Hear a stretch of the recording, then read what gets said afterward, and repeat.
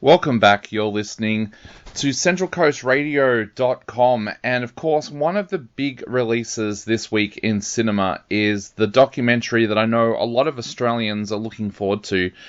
It is a documentary called Ego, the Michael Gudinski story, from director Paul Goldman. Now, this is one of those documentaries that took on a very big life of its own.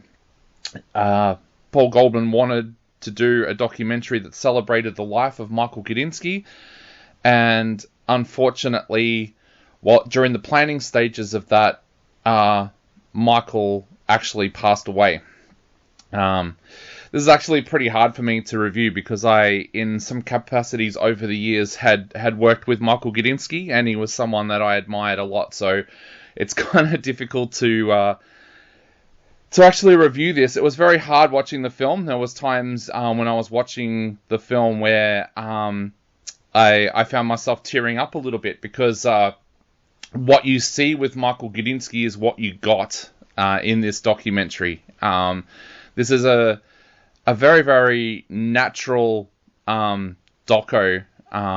It's one of those docos where it had to pack an absolute bunch in, so there are times early on in this documentary where Michael's talking about his Jewish heritage in World War II, and it's kind of it's not skipped over, it's dealt with, but there's so much story to tell that it's not lingered on very often.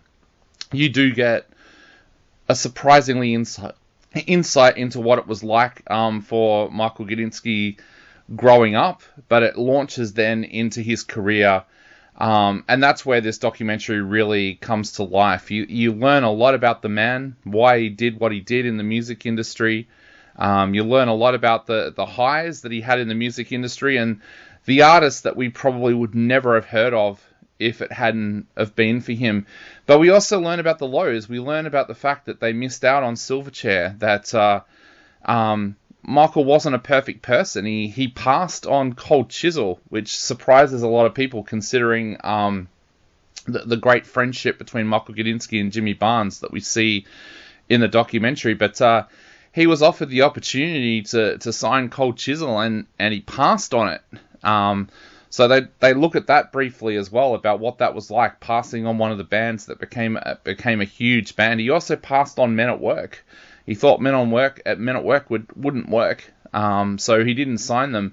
But going back to the Cold Chisel story, we learn in the Cold Chisel story that he passed on them, but this remarkable friendship then started between him and Jimmy Barnes, and which led to Jimmy Barnes' solo career.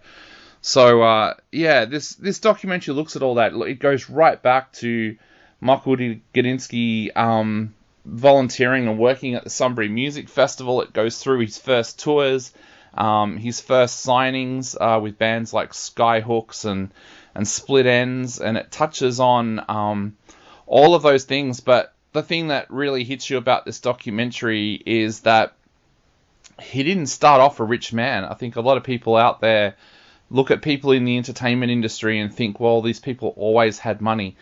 Not the case. It shows how he built up that business. Times in the early days when police were shutting down the things that they were doing and things like that. So there's a lot in this doco. It talks about the friendship that he developed between himself and Ed Sheeran. But it has all these artists actually sitting down and talking about what Michael Gudinski meant to them. And to a lot of these artists, they owe their career to him. Even Ed Sheeran says, like, this guy was like a second father to him. So this is a very important documentary. I mean, you might watch it at the moment and think that it's just a documentary about Michael Gudinski, but this is a documentary that, going on in years and years and years to come, maybe decades to come, this is going to be one of those documentaries that tells the story of Australian music. It tells the story of artists like Jimmy Barnes. It tells the story of Kylie Minogue, Hunters and Collectors, Skyhooks. This is going to be one of those docos that in 10, 20 years' time, people look back at and go, that is an important documentary in the history of the Australian music scene. It's also a very honest documentary. Gudinski talks about a lot of things that perhaps weren't public before. It talks about what happened with the sale of Mushroom Records and how that affected him.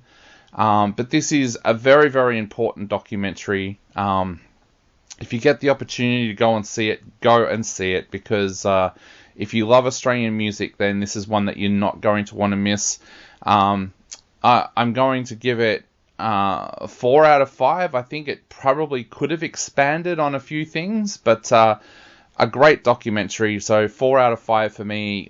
Ego, the Michael Gudinski story, has got a pretty wide release, so check and see where it's screening near you, and go and check it out. You're on centralcoastradio.com.